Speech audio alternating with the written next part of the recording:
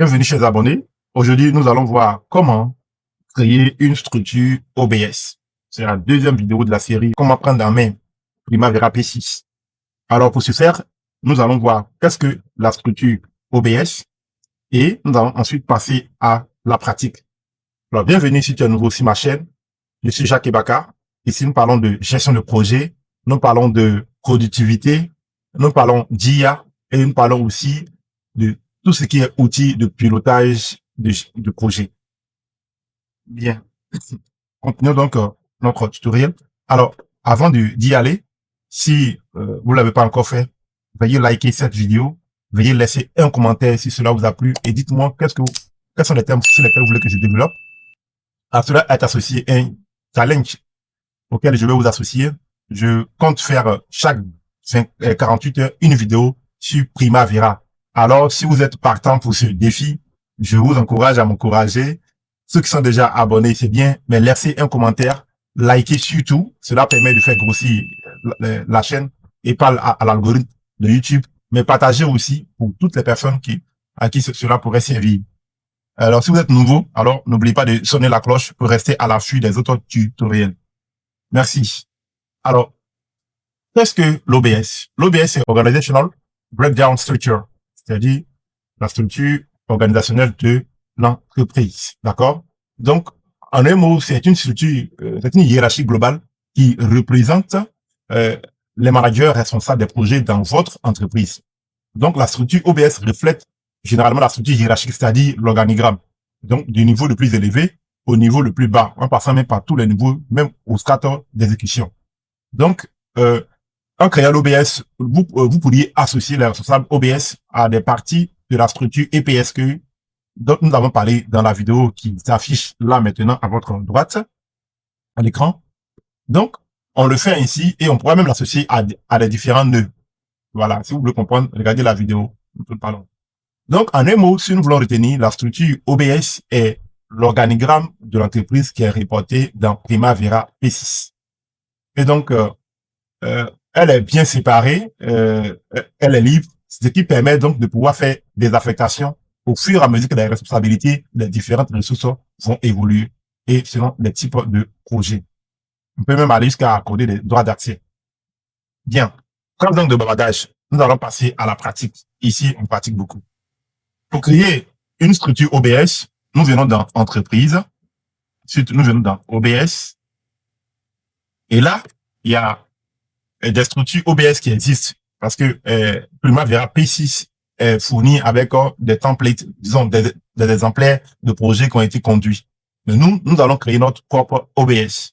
Alors pour ce faire, nous allons notre entreprise c'est Tuto et là nous allons créer des OBS, c'est-à-dire nous allons créer un PMO, un bureau de projet. Nous allons créer une direction technique. Nous allons créer une direction des opérations.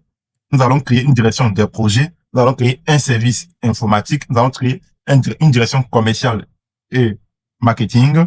Nous allons créer une direction administrative et financière. Alors, on y va. Peut-être que pour ne pas rendre la vidéo très longue, je vais vous montrer quelques-unes de ces différentes structures et puis après, vous pourrez vous amuser à le faire chez vous aussi. Donc, on dit, afin d'ajouter un élément, le filtre sera modifié pour afficher tous les éléments. Je mets OK simplement. Pas besoin de me casser la tête. Je mets PMO. Je valide. Alors, lorsque je valide, je peux venir dans la partie modifier. Ici, je peux expliquer ce que c'est que le PMO. Je peux mettre Project Management Office. Alors, un PMO sera un Project Management Officer. Donc, en français, on parlera de bureau de projet. On dit ça. Voilà, on comprend net ce que c'est. On peut ajouter pas mal de choses, des images, on peut même organiser. Donc, ça permet ici de comprendre le rôle essentiel de cette structure OBS, de l'OBS, de l'élément OBS que nous venons de créer. Après, nous pourrions affecter des responsabilités à l'OBS, mais cela est réservé pour les prochains tutoriels. D'accord? Bien. Alors, n'oubliez pas, surtout pas, comme je vous l'ai dit, de liker, de laissez un commentaire sur ce que vous avez appris ou sur ce que vous voulez que je fasse des tutoriels. Cela m'aide beaucoup et cela fait grossir la chaîne et vous venez aussi en aide à d'autres personnes qui auront besoin de ce contenu. Merci de ne pas le négliger. Je tiens donc la deuxième structure OBS. On va créer, je dirais, la direction technique. Je mets DT, puis je vais modifier, je mets direction technique qui aura, je vais modifier un peu, qui aura en charge la conception et la coordination, la supervision et la coordination des différents projets avec support PMO. D'accord? Valide. Et ainsi de suite, en fait, je vais peut-être créer un autre département pour ne pas rester sur voilà, je vais créer la direction, la DAF, direction administrative et financière.